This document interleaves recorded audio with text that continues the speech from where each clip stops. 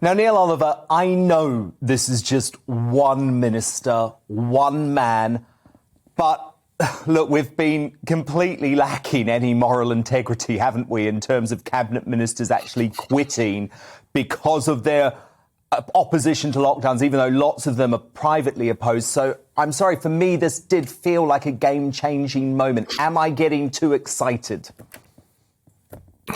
I think a lot of bets are off. I think the traditional indicators of regime change or someone at the top being about to fall on their sword, I think all bets are off at the moment, and I wouldn't make any predictions about what Lord Frost's walking away from Boris at this point might mean for Boris.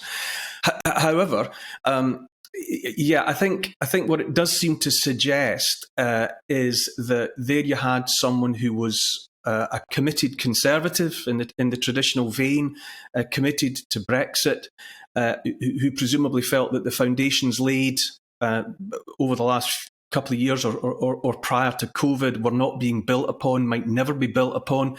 That that so much has changed that now Britain is essentially a health service, a COVID service, really, with an ailing economy bolted onto the side of it.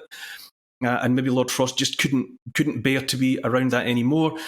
Yeah, it would seem, reading between the lines and things that have been said in the past, that the ruinous cost of net zero policies, and then topped off with going for Plan B, going for further restrictions based on COVID, have just finally made that one individual walk away from Boris Johnson. Maybe it's a sign of change, maybe it's a sign of things to come, but like I say, the rule book of traditional politics seems to be out the window at the moment, and whether or not it will be a turning point, a 0 hour for Boris Johnson, well, your guess is as good as mine.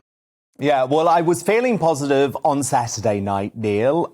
Feeling a little bit more pessimistic again today, it has to be said, because we hear the drumbeat of lockdown again, Neil. Talk of this return to step B, potentially post-Christmas, which would mean the government once again telling us who we can socialise with. I can't believe that Boris Johnson is that stupid. Why is he not listening?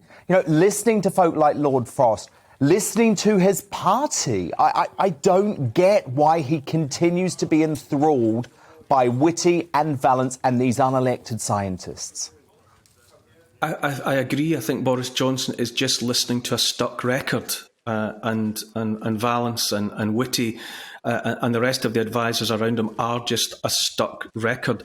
I think they've obviously opted for the idea that being seen to be being tough on COVID and tough on the causes of COVID or whatever, and continuing to chase lockdown is something that they sense that maybe what they interpret as a majority of the population want. I think they're completely misreading the will of the country. I think the silent majority have absolutely had enough, and I think the proof of that pudding will be there for all to see.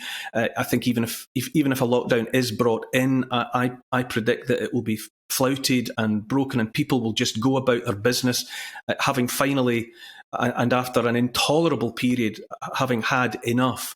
I don't see any possibility of people following lockdown wholeheartedly. They maybe pay lip service to it in some ways, because it would seem that only Boris Johnson and his closest cohort have failed to see that lockdowns have always and only caused more damage and have caused more hurt than they have prevented.